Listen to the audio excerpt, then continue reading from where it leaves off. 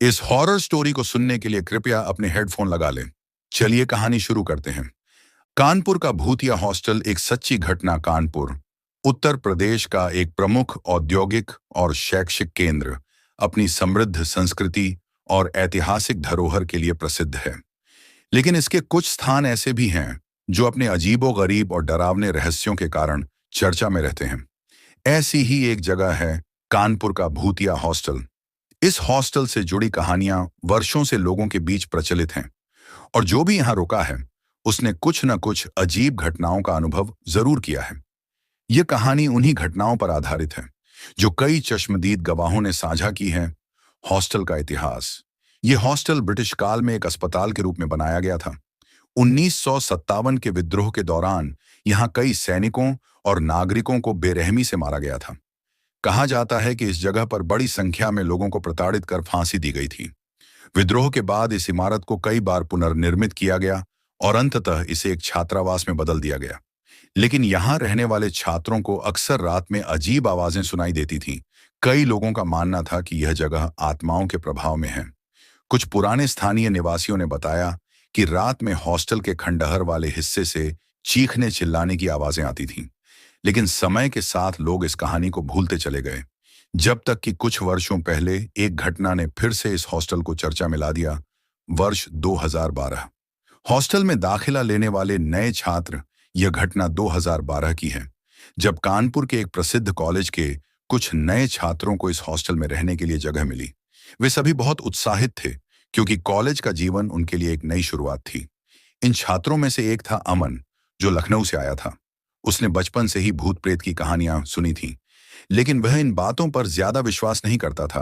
पहली रात तो सामान्य रही, लेकिन दूसरी ही रात अमन और उसके दोस्तों राहुल, समीर और अजय ने कुछ अजीब अनुभव किए।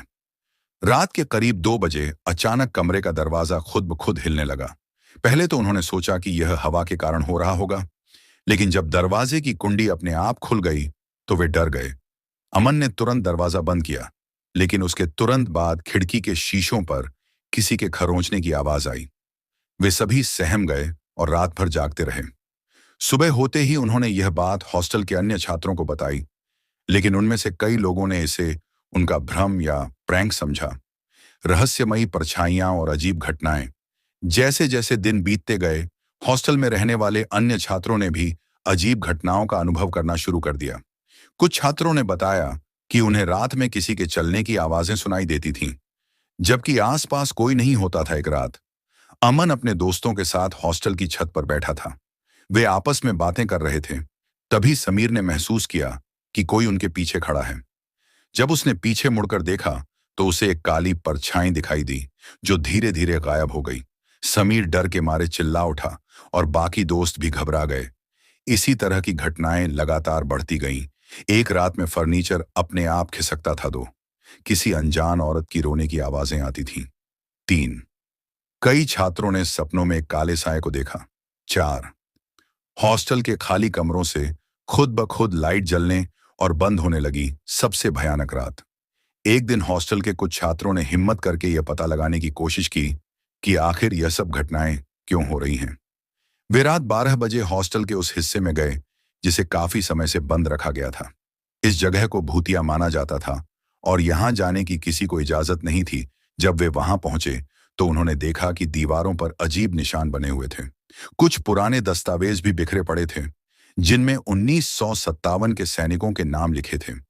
अचानक कमरे का तापमान गिर गया और चारों ओर एक अजीब सी सिहरन फैल गई। तभी उनमें से एक छात्र राहुल को लगा कि किसी ने उसे धक्का दिया है।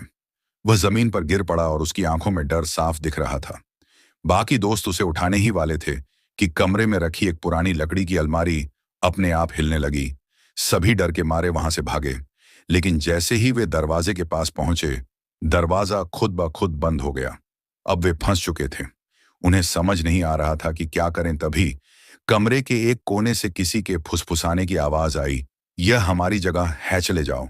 ये सुनते ही सभी दोस्तों की हालत खराब हो गई।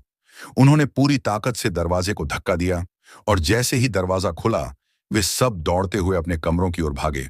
सच सामने आया। अगले दिन इन घटनाओं की जानकारी हॉस्टल के वार्डन को दी गई। वार्डन ने बताया कि यह हॉस्टल कभी ब्रिटिश सैनिकों का अस्पताल हुआ करता था और यहाँ कई घायल सैनिकों की मौत हो गई थी। इसके अलावा यह जगह 1957 के दौरान फांसी दिए गए क्रांतिकारियों की समाधि भी थी। उन्होंने बताया कि इस हॉस्टल से जुड़ी कई कहानियां पहले भी सुनी जा चुकी हैं, लेकिन डर के कारण कोई इस विषय में ज्यादा बात नहीं करता। इसके बाद कॉलेज प्रशासन ने हॉस्टल के उस हिस्से को हमेशा के लिए बंद कर दिया। क्या यह हॉस्टल आज भी भूतिया है? आज भी इस हॉस्टल में रहने वाले कुछ छात्रों का कहना है कि उन्हें रात में अजीब आवाजें सुनाई देती हैं। हालांकि प्रशासन ने आधिकारिक रूप से इसे अफवाह करार दिया है, लेकिन कुछ लोग अब भी मानते हैं कि वहां कुछ अनदेखी शक्तियां मौजूद हैं। जो भी इस हॉस्टल में रुका है, उसने इस जगह की अजीब ऊर्जा को महसूस किया है। कुछ लोगों का कहना है कि आत्माएं कभी पूरी तरह से इस दुनिया से नहीं जाती। वे तब तक भटकती रहती हैं जब तक कि उन्हें शांति नहीं मिल जाती। तो क्या यह हॉस्टल वास्तव में भूतिया? ये सवाल आज भी अनसुलझा है। क्या आप इस हॉस्टल में एक रात बिताने की हिम्मत करेंगे?